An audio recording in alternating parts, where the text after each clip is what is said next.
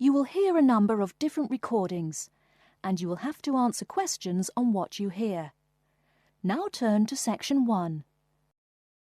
Section 1.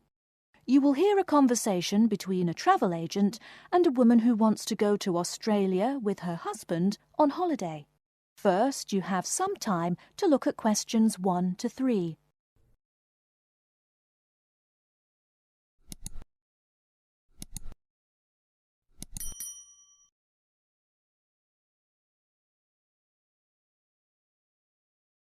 Good morning. I've been looking at your holidays to Australia in your brochure. I'm thinking of going during the second half of next month. Good morning. As you can see from our brochure, we offer a wide variety of packages to various destinations in Australia. Is there anything in particular that interests you? Yes, my husband and I are very interested in the holidays in the outback. These holidays are becoming increasingly popular. Would you like to arrange flights and accommodation with us, or just accommodation? Can you arrange flights from Sydney? Certainly. OK, flights and accommodation then. Right, you said that you wanted to travel next month. Which date would you prefer?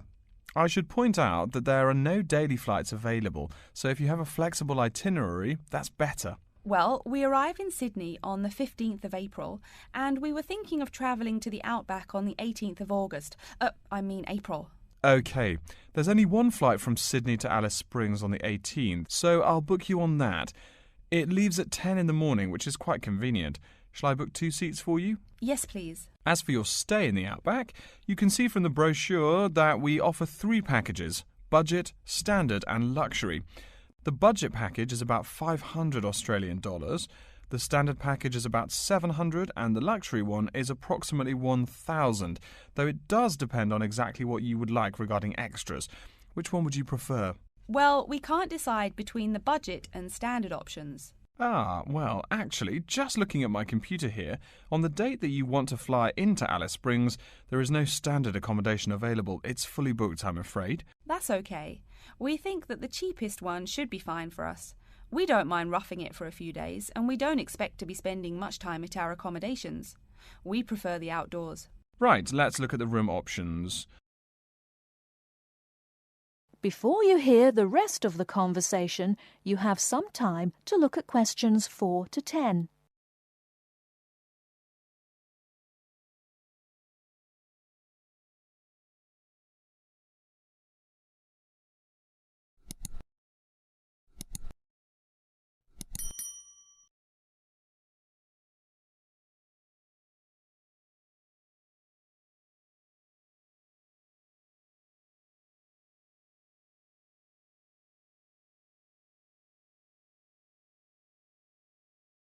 Now listen and answer questions 4 to 10. First of all, would you prefer a non-smoking room? Yes, neither of us smokes. OK. Oh, before I forget, could you book everything in my husband's name, please? Yes, of course. Are you paying by credit card? Yes. In that case, I'll need your husband's name exactly as it appears on the card. Of course, it's John A. Smythe. That's Smythe with a Y. John, middle initial A, surname Smythe, S-M-Y-T-H. Is that correct? Correct. Thank you. I'll just check the price. The room will cost $100 a night plus $10 tax, so $110 per night in total. Is that okay? Yes, that's fine. Book us for 3 nights, please. Most of the guests like to participate in some special activities and trips while they are staying in the outback. Is there anything that interests you and your husband?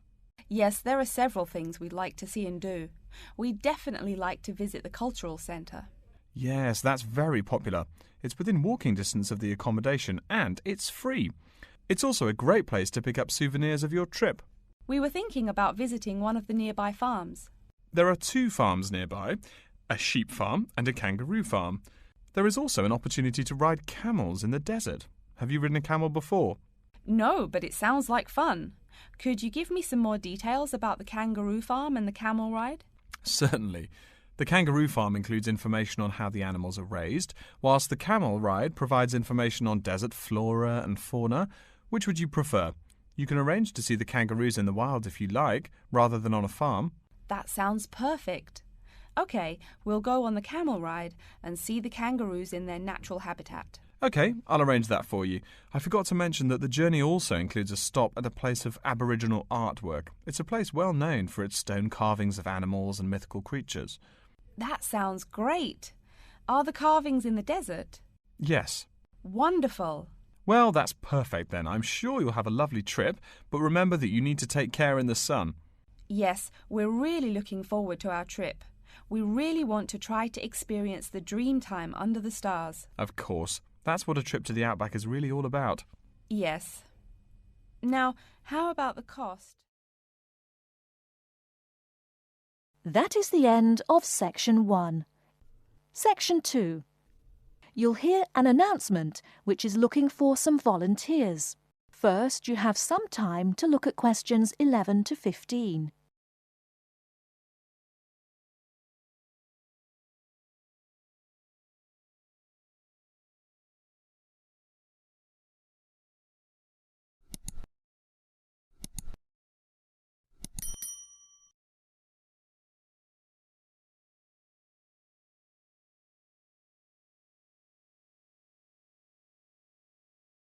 Now, listen carefully and answer questions 11 to 15. Continuing our broadcast of public service announcements, Worldwide Helpers announces upcoming vacancies for a number of volunteer worker positions. All applicants must meet the following requirements. First of all, applicants must be over 18 years of age. The company apologises, but there can be no exceptions to this rule. Second, persons interested in these positions may not have police records. Minor traffic offences like a parking ticket are, of course, no problem. But, and I quote, past and present drug users and sex offenders need not apply. The employer will, of course, check with the police to verify your clean record. In addition, applicants must supply references from past or present employers or teachers along with their recent CV. These references must testify as to the applicant's work habits and/or character. Remember, these are references from employers or teachers. A note from your dear old mum won't do. Worldwide Helpers assures me that they will contact these references to confirm they are genuine. Although all positions are volunteer, the employer will reimburse some of your expenses. For example, they will pay for transportation to and from the job site. Aside from that, the cost of phone calls is covered. Before you hear the rest of the talk, you have some time to look at questions 16 to 20.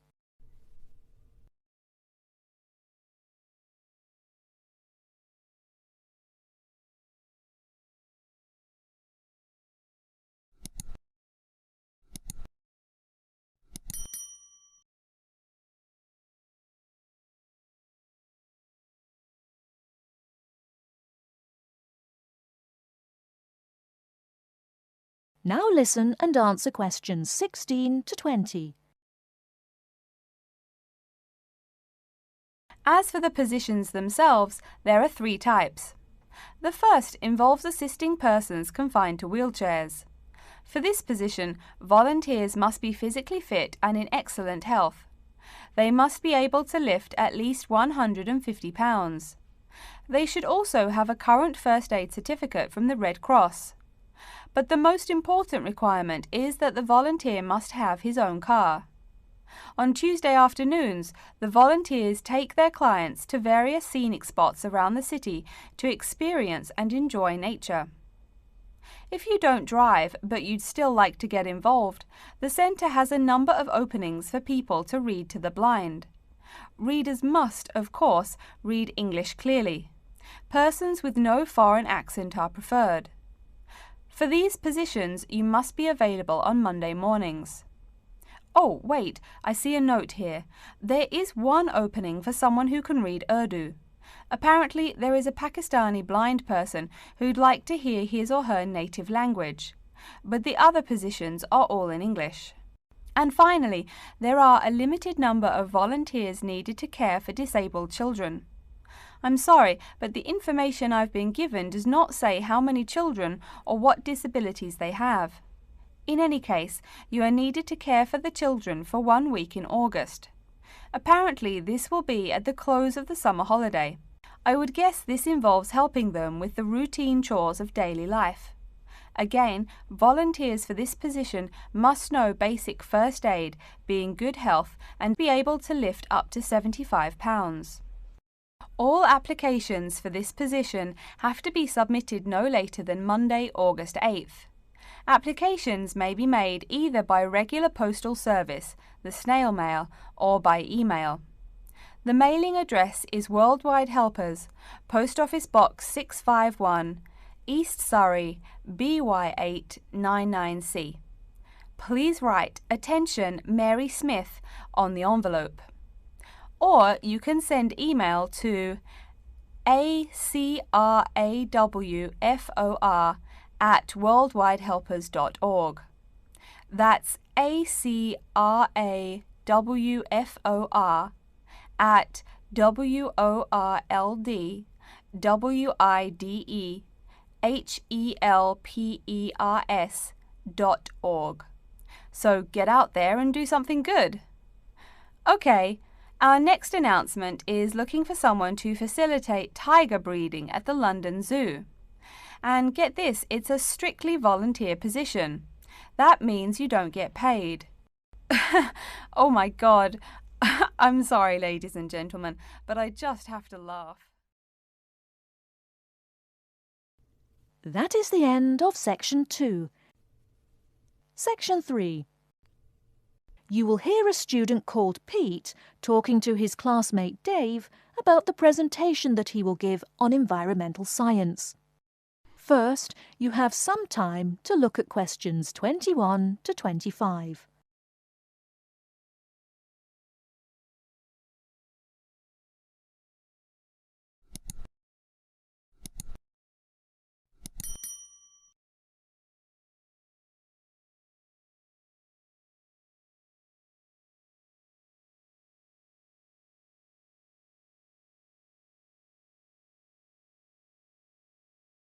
Now listen carefully and answer questions 21 to 25. Are you just leaving the library now? I saw you get there at 8 a.m. Yeah, I've been there all day. What for? They hire a cute new librarian or something? I wish. No, it's the presentation that I will give in environmental science the day after tomorrow. What's it about? I heard you were really excited about the class. And Dr. Schnee also calls you for the arcane questions, as he calls them. It's about environmental damage in the Yucatan. Excuse me, what? Or is that where? The Yucatan. It's a state in southeast Mexico. So what's happening there? Agriculture is having a really adverse impact on the environment. There are too many farmers doing too much farming. It's really destroying the forests and ruining the soil. Deforestation is a major problem there now. How did you learn about this? I don't recall Dr. Schnee saying anything about it in lecture. Yes, but my brother went there last month. You know, to look at the old cities like the Maya Indians built. That's what first got me interested. Your brother Tom? No, Dick, Harry's twin. Anyway, he told me how few trees there were now and how much empty ground that grows almost nothing. He said the place looked more like the desert than jungle in some parts. It brought environmental damage, so I started looking for materials in the library. Here, look at this magazine. What's in it? It's an old issue of National Geographic. It includes interviews with tourists who have been there in the past few years. It's pretty bad. See the photos? I see the photos, but 1 or 2 photos don't prove anything. Then read what the article says. Right there. The first thing it points out is how soil samples show it's hard for anything to grow there. It says how an area of 21,000 square kilometres has lost most of its forest in the past 10 years. See, there are graphs. As the number of farmers increases, the acres of forest have decreased. It's an inverse relation. Before you hear the rest of the talk, you have some time to look at questions 26 to 30.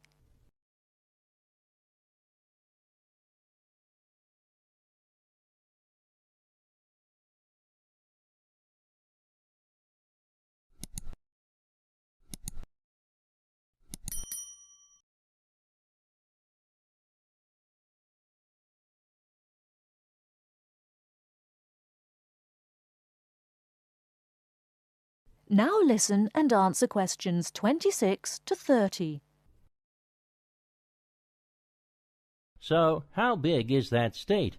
I'm sorry, but I've never really learned the metric system. It's bigger than the state of Massachusetts. That's shocking. Anything else? There's lots of else. Scientists say there's a growing area of about 10.5 square kilometers where nothing can grow at all. It's like the beginning of a desert. Oh, yes, what Dr. Schnee called desertification. But why can't anything grow there?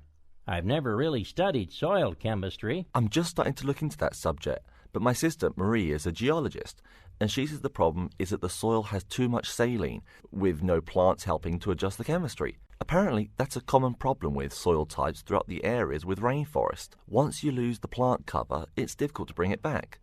Reforestation is almost impossible, even if the land is not being used for other purposes. Wait a minute. What is saline? Saline is salt dissolved in water. Scientists who have gone there have taken measurements. They do this by gathering a sample of the soil and running a simple test that shows the ionization of the solution. The geology department in our own university has reviewed the soil at the site too. They're right.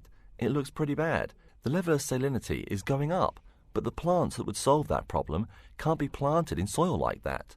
There is a narrow spectrum of salinity in which the plants will grow. And once you pass the threshold, there is no way to put the problem right? Exactly. It's possible that no one can do anything to stop the trend now. And all because of human greed. Wait a second. How do you know these scientists can be trusted? What kind of reputation do they have? Are they reliable? Oh, they're definitely reliable. They include 4 members of the faculty from the geology department right here at MIT. Here, study these photographs and check the damage yourself. That's what Dr. Horst, who wrote the book here, did. He's newly appointed, but Dr. Schnee said that he's brilliant. So, where are you going now? I'm headed over to the geography department to borrow a map for my presentation. You know, this whole problem could have been avoided. The farmers there in the Yucatan. Pete. What? Go take a break. Leave some studying for the rest of us. That is the end of Section 3. Section 4. You will hear a lecture's introduction to Insect Biology 101. First, you have some time to look at questions 31 to 40.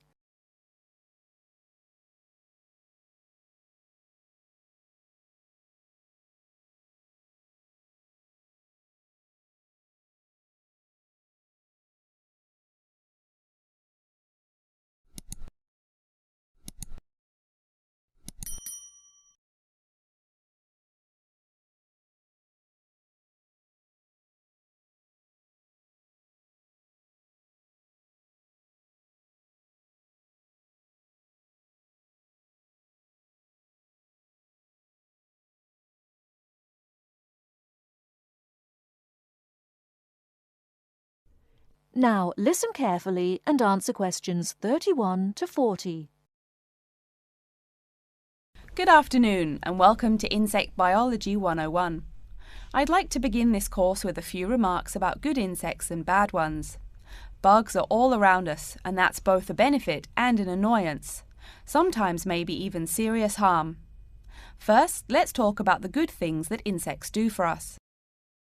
Probably the most important insect for humans, and maybe for all other life, is the bee.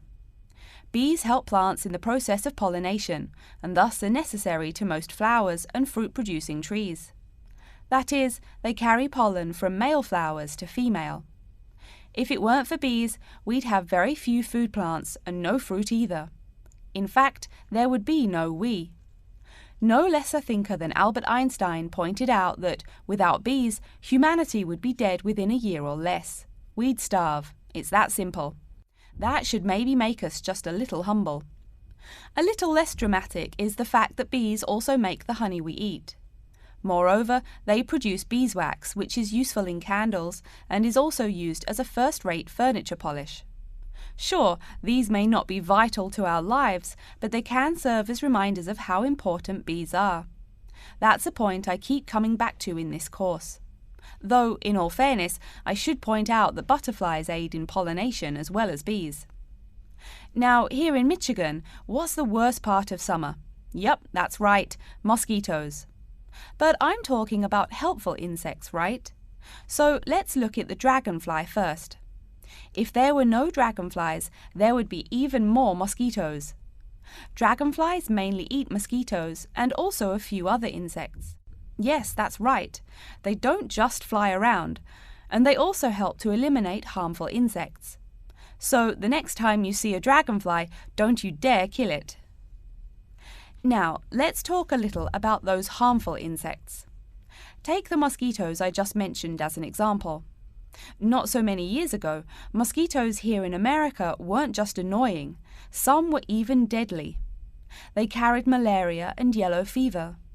My own ancestor, the Confederate General John Bell Hood, lived through the worst battles of Civil War, only to die at age 38 from yellow fever. A pest, not a bullet.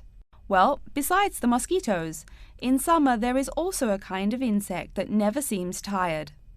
Right, that is the fly. Before I go on talking, I must mention an African fly called the tsetse fly, which feeds on blood and can cause serious diseases in the people and animals that it bites. Besides, it is still a bearer of sleeping sickness, which affects around 300,000 people every year in Africa, and can be treated only with toxic drugs that are hard to administer. Worse still, the drugs sometimes don't work. Other insects, of course, destroy food crops. In China, for instance, locusts continue to be a danger to the harvest in some areas. Less important, but still annoying, moths eat people's clothes and dust mites slowly destroy carpets. Worse, but still in the home, termites or white ants eat wood, the wood of your house. If they are not stopped, they can eventually destroy the whole building. Usually they seriously damage a building before anyone even notices them. So, as we all know, insects can be a real trouble. So, what to do? You can go ahead and start killing harmful insects.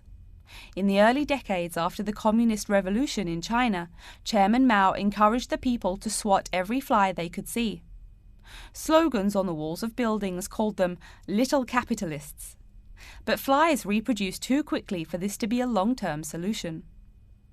For some decades in the West, to kill insects with chemicals seemed a good remedy. Unfortunately, chemicals can only be used in a limited area for a limited time. It's a small-scale solution. The insects come back.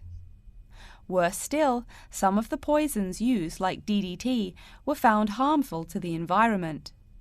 Many kinds of wildlife, like hawks, were harmed. And people in chemical-using rural areas have one of the highest rates of liver cancer in the world. It's no secret that chemicals remain harmful to humans. Like all species, insects adapt to their changing environments at an amazing rate. When a new chemical is introduced to their habitat, the insects that survive are generally the ones with some way of resisting the harmful effects. They then breed with the other survivors, and just like that, insects become resistant to most poison in a few generations. An insect generation, remember, is a couple of months at most. So again, we have to ask, what to do? Well, there are biological solutions. Some of these are pretty simple. One is destroying the insect's habitat. You take away their home or food. Cleaning your kitchen is the best way to prevent roaches. No garbage, no food. Getting rid of marshes and swamps eliminates mosquitoes. Other solutions might include bringing in dragonflies or bats in areas where mosquitoes are many. This is a cheaper alternative to chemicals. Biological methods like this also bring no extra pollution to the environment. But you have to be careful. If you change the environment too much, you might be hurting other forms of life accidentally. One recent method of controlling insect populations involves interrupting their breeding cycle. What does that mean? It means birth control for bugs. Insects are provided with food that makes them unable to reproduce. Since they can't have babies, the population disappears, or nearly so. And since no young are born, resistance is not a problem, with no young insects developing increased resistance. Interrupt the life cycle, eliminate the bug. It's clear that we must have an understanding of the life cycle of the insect. At least, that's the plan. We'll go into more detail as the course goes along. Now, I will stop here to see whether you have any questions or not. That is the end of Section 4.